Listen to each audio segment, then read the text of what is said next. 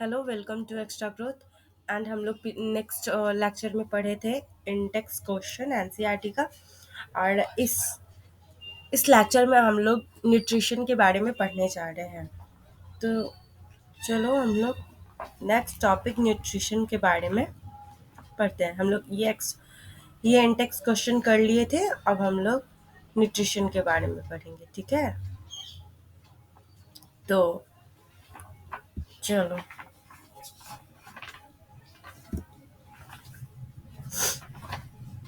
Start करते हैं। पहले व्हाट इज न्यूट्रिशन, ठीक है? व्हाट इज न्यूट्रिशन, तो न्यूट्रिशन किसे कहेंगे?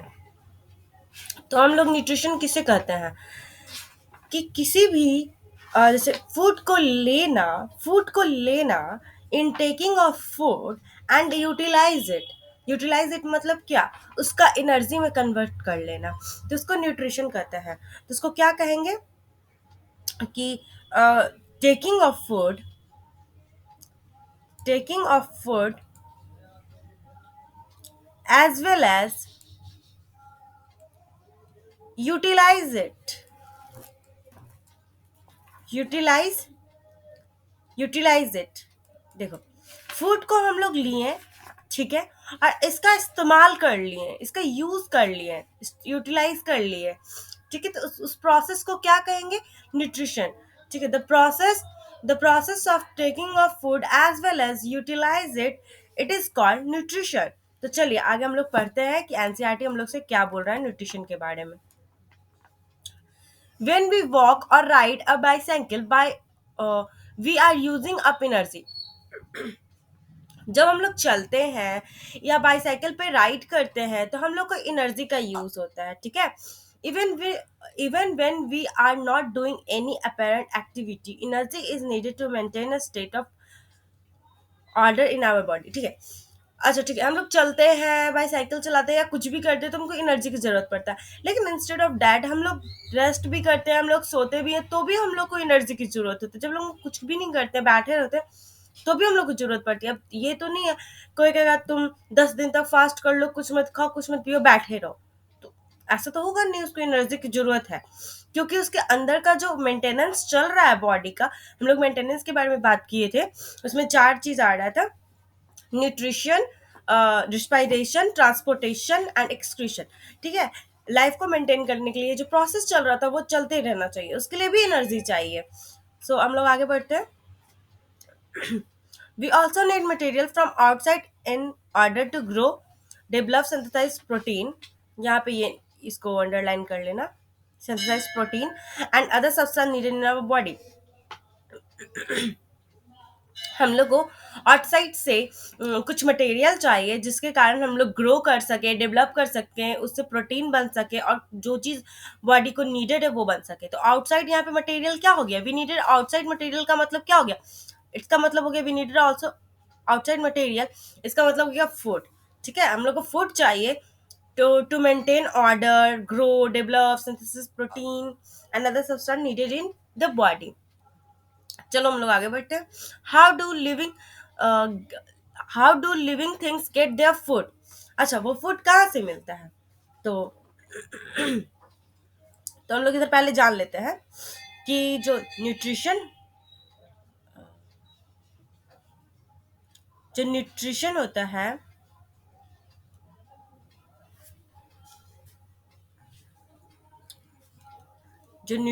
होता है, उसका 2 टाइप्स होते हैं, ठीक है। 2 टाइप्स होते हैं। एक होते हैं ऑटोट्रॉप्स,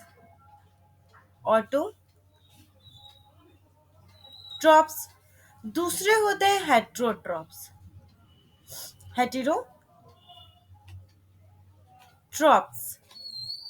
ठीक है।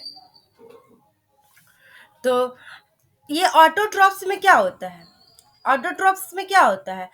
जो भी ऑर्गेनिज्म या जो भी ऑर्गेनिज्म कोई भी ऑर्गेनिज्म या प्लांट्स खुद का ओन फूड बना लेते हैं, खुद से फूड को प्रिपेयर करते हैं, उसको ऑटोट्रॉप्स बोलते हैं। और हेटेरोट्रॉप्स में, और ये सिंपल सब्सटेंस को गेन करते हैं, और ये जो होते हैं वो ऑटोट्रॉप्स पे डिपेंडेंट होते हैं। ये डिपेंड्स अपॉन ऑटोट्रॉप, जैसे ऑटोट्रॉप्स में प्लांट हो गया, वो खुद का खाना बनाते हैं, ठीक है। और ऑटोट्रॉप्स क्या करते हैं, प्लांट्स का खाना लेते हैं, जैसे खुद का खाना बना रहे हैं और इसे प्रोड्यूस कर रहे हैं लाइक फ्रूट्स वेजिटेबल्स, तो हेटरोट्रॉप्स उस वेजिटेबल को लेते हैं और उससे खाना बनाते हैं। तो हेटरोट्रॉप्स खुद का खाना नहीं बनाते, ये ऑटोट्रॉप्स से डिपेंडेंट होते हैं, लेकिन ऑटोट्रॉप्स खुद का खाना बनाते हैं, ठीक है ना। तो हम लोग चलिए आगे बढ़ते हैं, देखते हैं क्या बोल रहा है। How do living things get their food? The general requirement for energy and material is common in all organisms, okay, but is fulfilled it by different way, ठीक है। जो हम लोग का जनरल रिक्वायरमेंट है, सबको एनर्जी चाहिए, सारे लिविंग थिंग्स को एनर्जी चाहिए, बट इसको जो फुलफिल करने का तरीका है वो सबका अलग अलग है।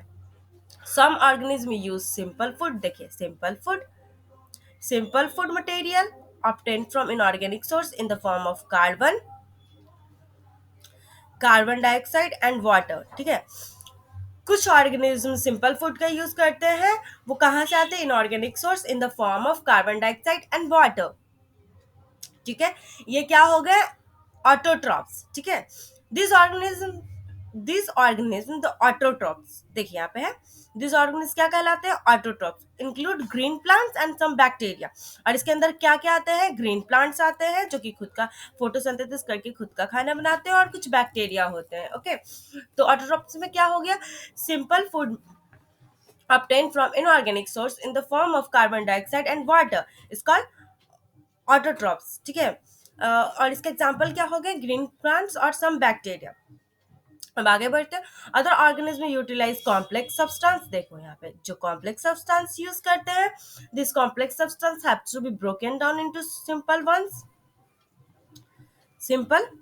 Once before they can be used up keep and growth of the body, ठीक है। और कुछ ऑर्गेनिज्म कॉम्प्लेक्स सब्सटेंस का यूज करते हैं, और इस कॉम्प्लेक्स सब्सटेंस को बॉडी वैसे ही नहीं यूज करती है, इस कॉम्प्लेक्स सब्सटेंस को बॉडी तोड़ती है और सिंपल सब्सटेंस में चेंज करती है, तब उसको यूज करती है। To achieve this organism use biocatalyst and enzyme, और ये कॉम्प्लेक्स सब्सटेंस को सिंपल सब्सटेंस में तोड़ने के लिए हम लोग किस चीज का यूज करते हैं, एंजाइम को। एंजाइम को हम लोग बायो में क्या करते हैं, बायोकैटलिस्ट, ठीक है। इसको आप लोग मार्क कर लो कि एंजाइम को हम, सॉरी, एंजाइम को हम लोग एंजाइम को हम लोग बायो में क्या करते हैं, bio catalyst. Catalyst is what, like होता है ना कि दो दोस्त के बीच में कोई आता है और थोड़ा सा आग लगा देता है और चला जाता है, उसका कुछ नहीं जाता है, लेकिन उस दोनों दोस्त के बीच का जो दोस्ती है वो टूट जाता है, लड़ाई करने लगता है, वही है। ये कुछ काम नहीं करता, ये रिएक्शन में कभी यूज नहीं होता है कैटलिस्ट, ठीक है ना। ये बस आता है, दो दोस्तों के बीच में लड़ाई लगवा देता है, कुछ इसमें चेंज कुछ उसमें चेंज, और चला जाता है, ठीक है। इसका इतना ही काम है, ये कभी भी रिएक्शन में यूज नहीं होता है, कभी भी रिएक्शन में ये यूज नहीं होता है, ये समझिएगा।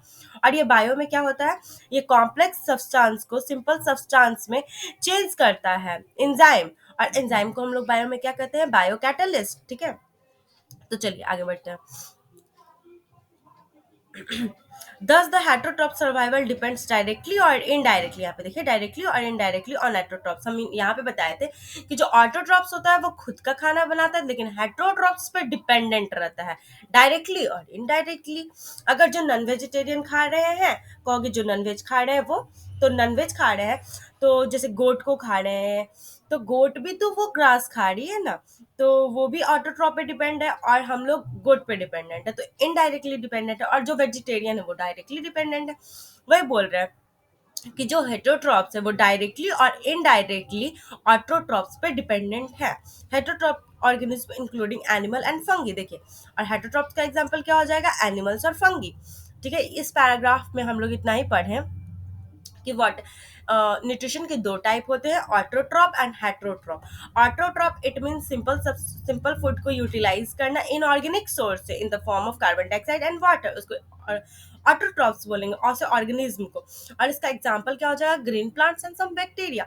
और जो कॉम्प्लेक्स सब्सटेंस को यूज करते हैं, लेकिन कॉम्प्लेक्स सब्सटेंस बॉडी वैसे नहीं यूज करता, कॉम्प्लेक्स सब्सटेंस को सिंपल सब्सटेंस में चेंज करता है, और इस चेंज में हेल्प करता है एंजाइम।